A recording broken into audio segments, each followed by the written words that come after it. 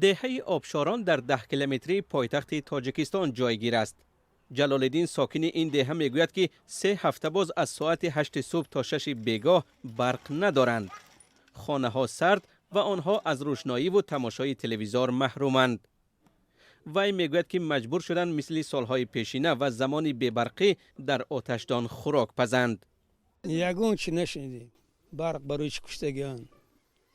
فاطمه گل ساکن دیگری همین دهه میگوید که به وعده های حکومت باور ندارد و هر زمستان در خانهش پیچکه یا بخاری بابایی میگذارد. ما همه چیزمون دعلوه، همه چیز سر ما برق هم داشته باشیم دعلو میکنیم. برای چی که علوی ما ذخیره همون خواه. مسئولین مکتب دهه نیز به قطع شدن برق آمادگی دیدند. آموزگاران میگن که با وجود بی‌برقی درس خوانندگان یگان روز بیکار نشد. صنف خانه ها را به واسطه بخاری ها گرم میکنند. مکتب برای زمستان قیب همش تیار است. انگشتان آوردگی هستند، هیزم آوردگی هستند. از همین روز علاقه پیچکا و علاوه کردگی هستند. صنف خانه ها گرم. با آغاز سردی ها و باریدن برف اول در تاجیکستان، شکایت مردم از نبودن برق و خانه های سرد و تاریک نیز خیلی زیاد شد.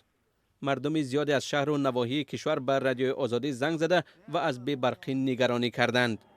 در شبکه‌های اجتماعی نیز موضوع اساسی بحث کاربران تاجیک نبودن برق است. ساکنان نمی‌دانند که چرا با وجود قسما به کار درآمدن نیروگاه برق آبی راغون در خانه‌های آنها برق نیست. مسئولان شرکت برق تاجیک از آغاز ماه نوامبر تا هنوز در پاسخ به ناراضگی ساکنان میگویند که در کشور لیمیت برق جاری نشده است و این وضع را به تعمیر دستگاه‌ها و ایستگاه و زیر ایستگاه‌های برقی ربط می‌دهند. چون به گفته آنها برای تأمین مردم با برق در فصل زمستان دستگاه‌ها را باید تعمیر کنند.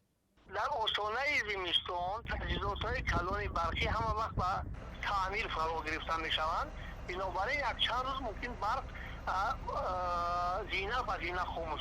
سنجش درستی این اظهارات شرکت برق تاجیک از جای دیگر فعلا ناممکن است. شرکت تامین کننده برق حالا نمیخواهد بگوید و یا به خبرنگاران نشان دهد که چه چیزی و در کجا تعمیر می شود. ماه ایول امسال شرکت برق تاجیک از کمبود آب در دریای وخش خبر داد. سلسله نیروگاه ها در رود وخش از تولید کننده های اساسی نیروی برق در کشورند. نیروگاه راغون هم به آن داخل می شود. شرکت آن زمان فروش برق را به کشورهای همسایه موقتا منع کرد. اما مسئولین برق تاجیک به برقی های اخیر را به کمبود آب دریا ربط نمی دهند.